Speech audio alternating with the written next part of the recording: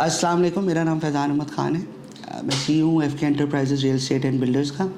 ताल्लुक़ मेरा कराची से है। मैंने CBM से BBA किया है और ड्यूरिंग स्टडीज़ ही मैं इस काम में आ गया था।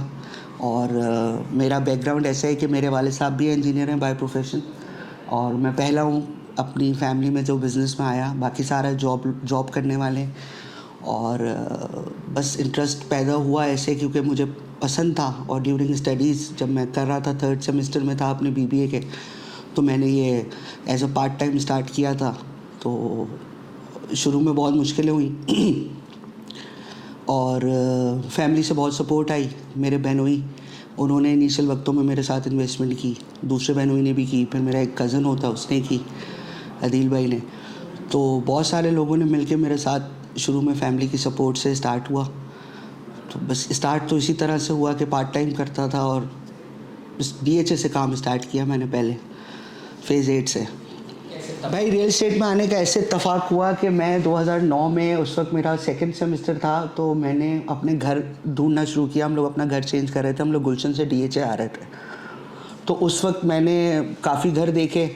तो मुझे मेरा एक फ्रेंड था जो इस बिज़नेस में था, उसके थ्रू मैं घर देखता था और लोगों के साथ और भी स्टेट वाले थे उनके थ्रू देखता था। तो मुझे काम में इंटरेस्ट पैदा हुआ कि क्योंकि उस वक्त जो थी थोड़ी सी मार्केट स्लो थी, तो बस इनिशियली थोड़ा पार्ट टाइम करके बहनोई को पहले दिलाया, फिर एक कज़न था उसका एक प्लॉट बेचा।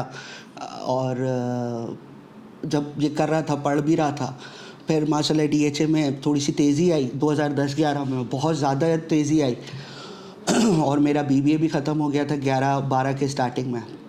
तो फिर जब वहाँ पर रोज़ के हिसाब से रेट बढ़ते थे, तो हमने फिर पार्ट टाइम, मेरे एक फैमिली फ्रेंड थे, उनको जॉइन किया, उनकी स्टेट में काम किया, हुमायूं भाई की, वो साथ भी है मेरे। उन्होंने मुझे काम सिखाया ये सारा। तो 2-3 साल उनके साथ काम किया, फैमिली और फ्रेंड्स को ही दिलाता था उस वक्त। इनिशियली तो एज सच कोई मेजर प्रॉब्लम्स नहीं आई, बट मार्केट एक्सेप्टेंस नहीं थी।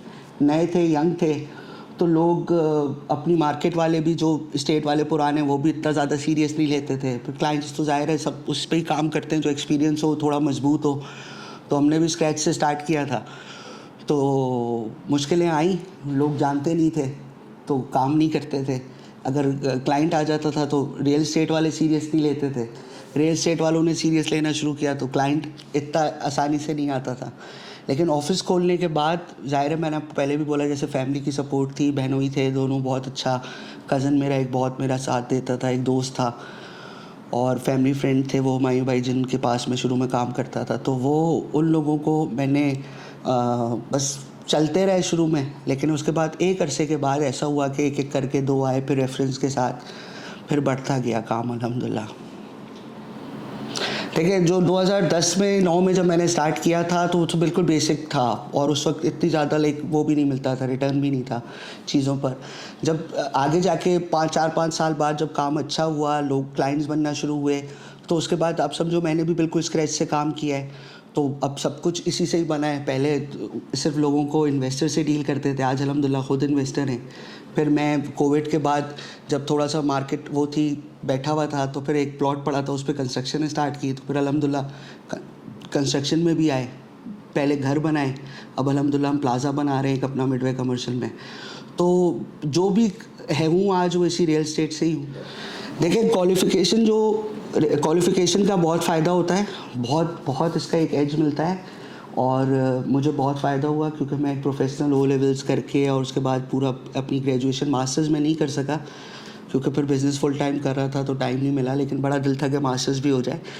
तो उससे फ़ायदा बहुत होता है। आपकी एक तो कम्युनिकेशन स्किल अच्छी हो जाती है, फिर आपके अगर एक कॉलेज, यूनिवर्सिटीज़ में आप गुज़रे होते हो तो आपको वहाँ से एक सर्कल मिल जाता है दोस्तों का, जो आपको बिज़नेस में बहुत फ़ायदा देते हैं। मेरे भी दोस्त वहाँ से ही बने हुए जिन्होंने बाद में मुझे बहुत सपोर्ट किया, तो वो बहुत फ़ायदा होता है। फिर एक एजुकेटेड आदमी से डील करने में आगे क्लाइंट्स को भी मज़ा आता है। तो मैं कहता हूँ एजुकेशन ज़रूर होनी चाहिए।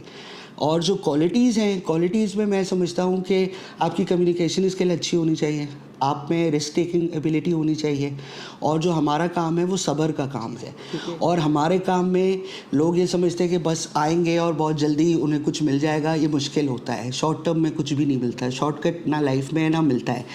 तो उसके अंदर सबसे बेस्ट चीज़ ये होती है कि जो आए वो ये समझ के आए कि यार उसको कम से कम 2 साल लग सकते हैं इस काम को सीखने में और डील क्रैक करने में, क्योंकि क्लाइंट का ट्रस्ट गेन करना नए बंदे से इतनी जल्दी कोई काम नहीं करता।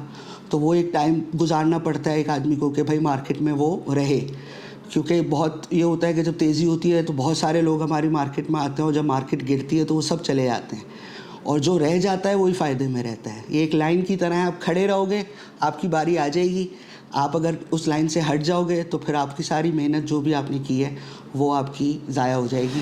देखिए करंट जो सिचुएशन है वो तो सबसे पहले गवर्नमेंट इंस्टेबिलिटी है।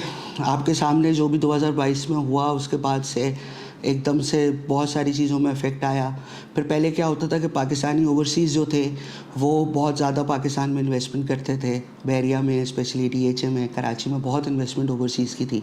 लेकिन जो हमारी मनी डिवैल्यूएशन हुई है, जो हमारी करेंसी डिवैल्यू हुई है, तो जो लास्ट 5-6 सालों में इन्वेस्टर्स ने ओवरसीज़ पाकिस्तानियों ने इन्वेस्ट किया था उनको कोई फ़ायदा नहीं हुआ, उल्टा नुकसान हुआ।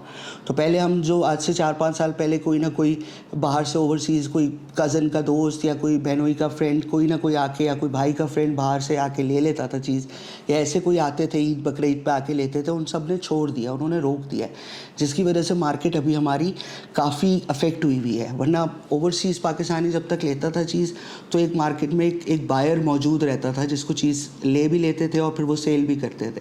और वो ज़्यादातर वो जो फेस्टिव सीजन्स होते थे जैसे ईद बकरीद वो आते थे पाकिस्तान और कुछ ना कुछ वो लेके जाते थे। लेकिन अब जब से उनको उस चीज़ में नुकसान हुआ है करेंसी की डिवैल्यूएशन की वजह से तो वो रुक गई है। फिर पाकिस्तान से दुबई बहुत पैसा गया है, लोगों ने दुबई में बहुत चीज़ें पाकिस्तानियों ने ली हैं 2008-9 के बाद, अभी लास्ट 2 सालों में। तो पाकिस्तान के अंदर मैं ये समझता हूँ रिसेशन तो सबको पता है कि गवर्नमेंट इंस्टेबिलिटी, इकोनॉमिक इंस्टेबिलिटी की वजह से है, और जब तक इलेक्शंस नहीं होते और फिर दोबारा कोई अच्छी इकोनॉमिक पाकिस्तान थोड़ा अच्छा नहीं होता, लोगों का ट्रस्ट दोबारा रीगेन नहीं होता, तो हमें ये चीज़ फेस करनी पड़ेगी। मे बी ये 6 महीने रहे, 1 साल रहे, ये मैं नहीं कह सकता, हो सकता है ज़्यादा हो जाए, हो सकता है जल्दी आ जाए। लेकिन जब तक हम लोग इस सिचुएशन से नहीं निकलेंगे हम लोगों को ये मार्केट इसी तरह रहेगी।